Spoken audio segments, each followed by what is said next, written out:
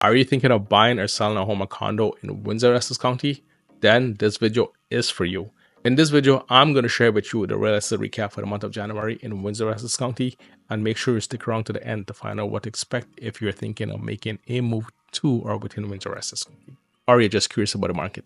My name is Kris Ramotar. I'm a local realtor serving Windsor Essex County, and each week I personally bring you the latest real estate market data for Windsor Essex County. And by the way, if you're considering moving to or within Windsor Essex County, whether it's buying, selling, or relocating, please feel free to reach out to us. We have helped many families just like you make the right informed decision. Below, you'll find our contact information. Here are the numbers. Listings are up by 26.36% or 170 homes. In January 2025, we had 815 homes who are listed on MLS as compared to 645 homes in January 2024. Sales are down by almost 10% or 29 homes. In January 2025, we had 262 homes sold as compared to 291 homes sold in January 2024. The average sale price is up by 6.55% or $35,000. In January 2025, the average sale price is just over $572,000 as compared to just over $537,000 in January 2024. Median sale price is also up by 3.92% or $20,000. In January 2025, the median sale price is or was $530,000 as compared to just over $510,000 in January 2024. Currently, the average date to sell a home is 32 days. And if you're finding value in our video, give us a like and hit that subscribe button. It really helps our channel and means a lot to us as well. Here are some more in-depth info.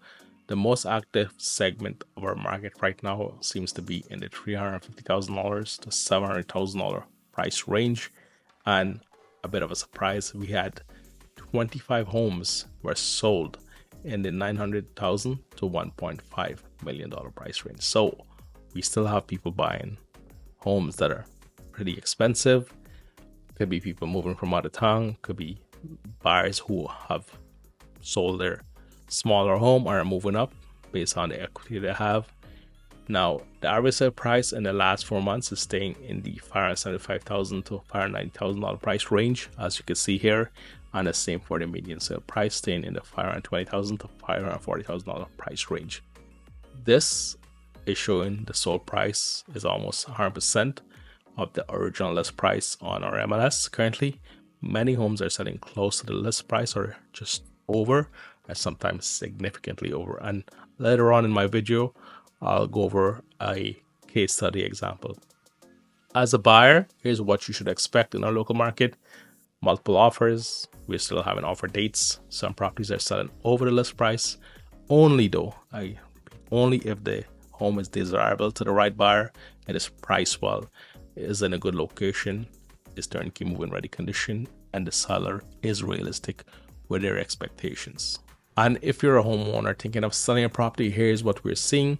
Some homes are selling quickly while others can take some time to sell, and they're selling over the list price. Some are getting more than one offers, multiple offers, are getting a clean form in conditional offers sometimes, while some homes may receive offers with conditions such as a home inspection, a mortgage financing clause, and a house to sell condition as well.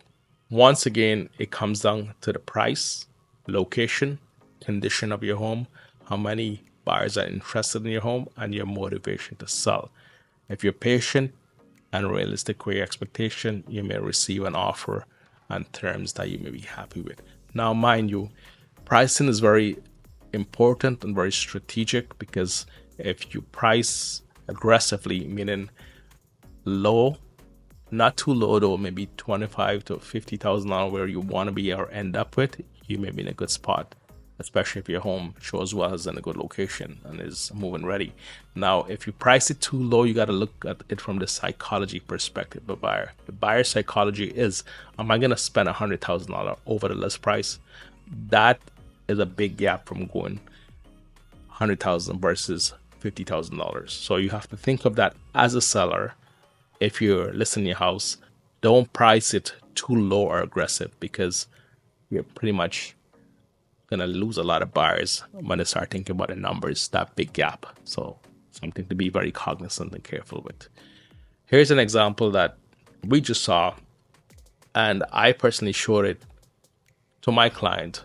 My client currently have a home they want to sell, and they want to move up to a better location, to a nicer home. This home was in Tecumseh, in a great location. It was a detached, fully finished turnkey move-in ready home, featuring 4 bedrooms, 3 bathroom, a fully finished basement, double car garage on a 67 by 120 foot lot. It needed a new furnace and a conditioner. The home was about 25 years old. The list price was almost $650,000. My client thought it would sell for the list price or under. I tell her, no, it's not gonna happen. I personally felt it would probably go over 725 at least. This home had 11 offers. They accepted a conditional offer, and it was sold for $770,000. That was the final sold price, and that's over $120,000 over the list price. And here's the breakdown of this home. This happened because a listing agent priced the home aggressively low to get a lot of potential buyers interested in it. It was in a great location, close to many great amenities in the area, parks, school, Highway 401, etc. Was in turnkey move-in ready condition. It showed pretty well.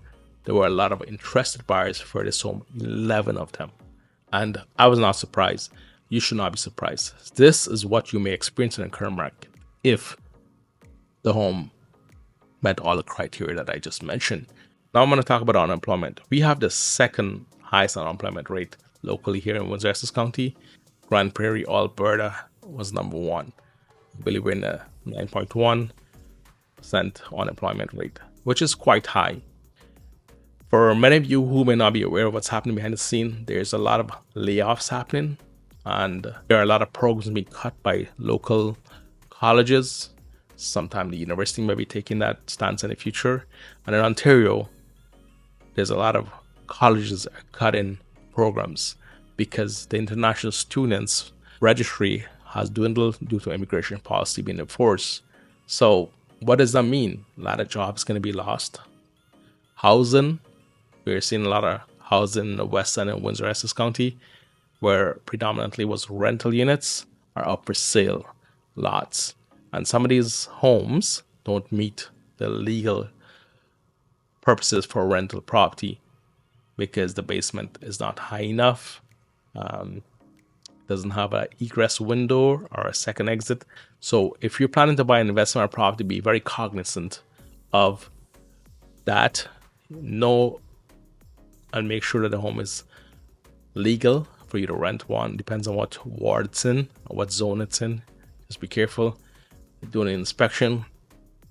And if you're an investor looking to sell, make sure your home is showing well and you're realistic with your price and terms, because the market you're competing with right now, you have a lot of competition, especially in the west side of Windsor, and rent are starting to go down in some places, but there's still a demand for student housing in our area right now, and only time will tell. We don't know what's going to happen, but there's so much uncertainty coming up with government policies, tariffs, and a lot of unemployment and layoffs that are happening here locally.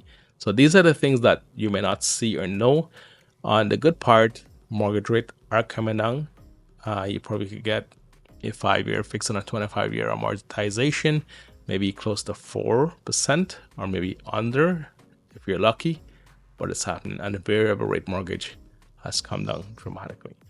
So there's definitely some silver lining when it comes to mortgage rates, but then there's a lot of you who are out there uncertain. And I totally understand where you're coming from, because some of my clients have called me and told me they're slow at work. And some of them have even told me they are in the possibility of losing a job and they don't want to commit to any big, large financial decisions such as buying a home.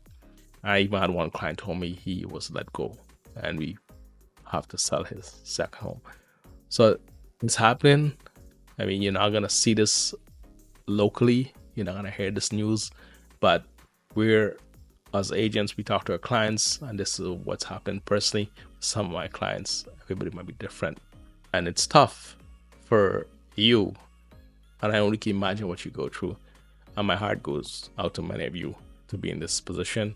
And for those of you who could afford a home, and if you think the time is right, it all depends on your situation, and it makes sense for you financially, I would say go for it.